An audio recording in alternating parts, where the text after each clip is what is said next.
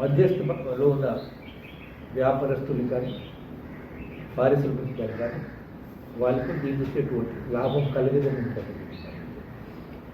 అదేవిధంగా రైతులు పూర్తిగా మర్చిపోయారు.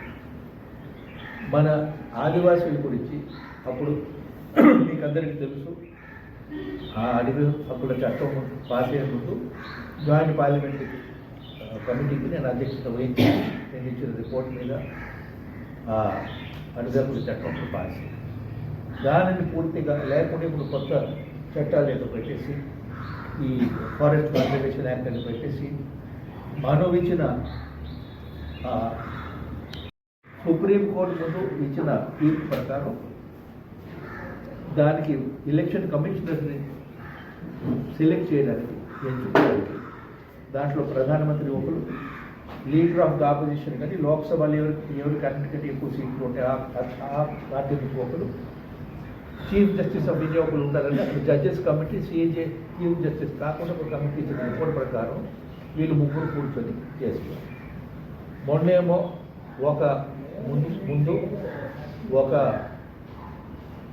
ఎలక్షన్ కమిషనర్ ఆంధ్రప్రదేశ్ అతనికి ఏం చెప్పారో తెలీదు, ఆయన దాన్ని రిజర్వ్ చేశారు. రెండవ టర్మ్ అయిపోయింది. ఈ లోపల వాళ్ళు ఏం చేశారంటే సుప్రీంకోర్టు ప్రకారం వాళ్ళు పాటించిన పరిస్థితి పద్ధతిని ఒక ఎగ్జిక్యూటివ్ ఆర్డర్, పార్లమెంట్ ముందు కాదు, ఎగ్జిక్యూటివ్ ఆర్డర్ ద్వారా మార్చేసి చీఫ్ జస్టిస్ని ఆ కమిటీలో మెంబర్ లేకుండా తన క్యాబినెట్ నుంచి ఒప్పించారు.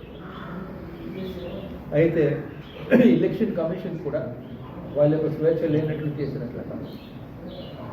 అదేవిధంగా రిజర్వ్ బ్యాంక్లో కూడా వాళ్ళు ఇంట్రెస్ట్ చేసి, అది మన దేశం యొక్క సెంట్రల్ బ్యాంక్, రిజర్వ్ బ్యాంక్లో కూడా అక్కడ ఉన్న ఫండ్స్, అక్కడ ఉన్న ఫారెన్ ఎక్స్చేంజ్ ఇవన్నీ ఖాళీ చేసేసి ఈ పెట్టుబడిదారులు అంటే చిన్న వాళ్ళు కాదు, ఒకళ్ళు ఇద్దరు ముగ్గురు లేకపోతే వాళ్ళ కనుక ఆ గుడు కింద ఉన్న ఇంక 10 మంది 12 విదేశాల్లో ఉన్న ధనవంత కొన్ని వేల కోట్ల రూపాయలు తెచ్చి ప్రతి వ్యక్తికి, ఫ్యామిలీకో వ్యక్తికో 15 లక్షల రూపాయలు ఇస్తానని చెప్పారా లేదా?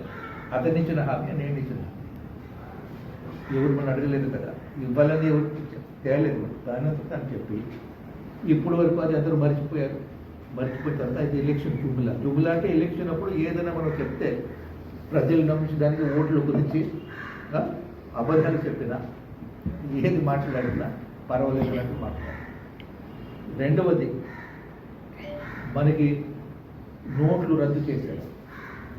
నోట్లు రద్దు చేసిన తర్వాత మన కష్టజీవులు, మన గ్రామీణ ప్రాంతాల్లో సెల్ఫ్ ఎంప్లాయిడ్ పీపుల్, చిన్న చిన్న కార్మికులు, వాళ్ళు సంపాదించిన డబ్బు, మన డబ్బు మన బ్యాంకులు మనం నిలబడి ఇచ్చాం. కానీ కోటీశ్వరులు కానీ పెట్టుబడిదారులు కానీ ఎవరు ఒకరైనా మీరు చూశారు నాకు చెప్పండి. ఈ డబ్బు ఒకసారి ఇచ్చిన తర్వాత మళ్ళీ నోట్లు లేక ఆ డబ్బు మనకి వాపసు ఇవ్వలేమని, అది ఎక్కడో ఈ పెట్టుబడిదారులకు దానికి ఆ పనికి ఎవరెవరు కొంచెం పనిచేశారు. కానీ ఇప్పటి వరకు కూడా ఆ డబ్బు మన దగ్గరికి రావడం కష్టమైపోయిందో లేదో తెలియాలి. అయితే దీనివలన ప్రత్యేకంగా మన గ్రామీణ ప్రాంతాల్లో మన ఆర్థిక పరిస్థితి పూర్తిగా తారుమారైపోయిన విషయం మీకు అందరికీ తెలుసు. ఇప్పుడు నుంచి దెబ్బకి చాలామంది పైకి రాకుండా ఉంటున్నారు మన దేశం. అదేవిధంగా ఉన్న సంస్థలని 75 సంవత్సరాలు మనం పెంచిన సంస్థలని ఒక్కొక్కటి అన్ని బలహీనం చేసేసి పాడు చేసి తనని కట్టుకోవడం ఉంచడానికి ప్రయత్నం. ఇప్పుడు మీరు చూడండి, ఎన్నికల కమిషన్, ఎన్నికలకి అది ముఖ్యం కదా, డెమోక్రసీకి నడిపించడానికి